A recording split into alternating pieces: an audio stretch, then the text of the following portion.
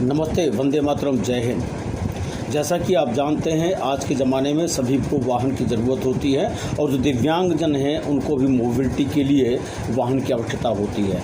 इसीलिए भारत सरकार ने यह व्यवस्था किया है कि यदि कोई दिव्यांगजन कोई व्हीकल 4 पहिया 2 पहिया लेना चाहता है तो उसको पहले मिनिस्ट्री में जाकर उसकी साइट पर अप्लाई करना पड़ता है बिल और आधार के साथ, और तब उसके बाद वहाँ से संबंधित आरटीओ और संबंधित डीलर को एक कॉपी आती है और दिव्यांगजन को एक कॉपी आती है।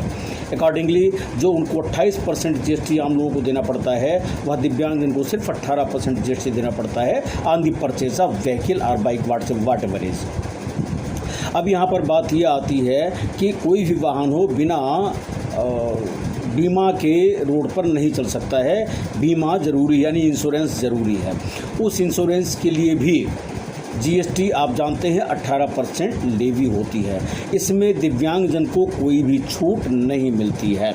लेकिन इसके अलावा अगर हम बात करें जो बेसिक प्रीमियम होता है उसमें जो इंडियन मोटर टैरिफ है उसके द्वारा जो रेगुलेशन बनाया गया है उसमें बेसिक प्रीमियम पर 50% का कंसेशन मिलता है।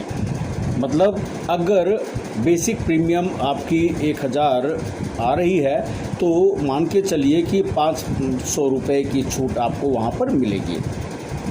लेकिन जो जीएसटी है, सीजीएसटी, आईजीएसटी, ये दोनों मिला के 9% आपको 18% देना ही पड़ेगा। और इसके लिए भी आपको अपनी डिसेबिलिटी सर्टिफिकेट और आरसी में अगर एडाप्टेड व्हीकल है या एम्बेडेड कैरियर्स है तभी ये कंसेशन मिलने वाला है, अन्यथा मिलने वाला नहीं है। तो हमें ध्यान रखना चाहिए, हम जब भी वाहन को खरीदने की बात करते हैं तो सबसे पहले हमको चाहिए कि जहाँ से हमें वाहन खरीदना वहाँ से बिल ले लें, अपने डिसेबिलिटी सर्टिफिकेट को ले लें, अपने जो रिक्विजिट्स हैं पैन कार्ड वगैरह जब मिनिस्ट्री की साइट पर जाएंगे तो वहाँ पर हमको अपलोड करना पड़ेगा।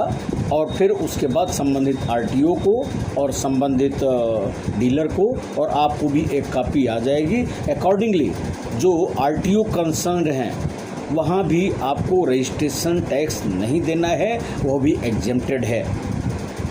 आपको जो व्हीकल आप रोड पे चला रहे हैं अगर वो एडाप्टेड व्हीकल है, इनवैलिड कैरियर्स है, तो वह भी आपको टोल प्लाज़ा से मुक्त करता है। अर्थात टोल प्लाज़ा पे जब आप जाएंगे तो वहाँ भी टोल प्लाज़ा आपको नहीं देना है। लेकिन इसके लिए जो NHAI है वहाँ से भी आपको पंजीकरण कराना चाहिए, तभी आपको ये सारी सुविधाएं मिल सकेंगी।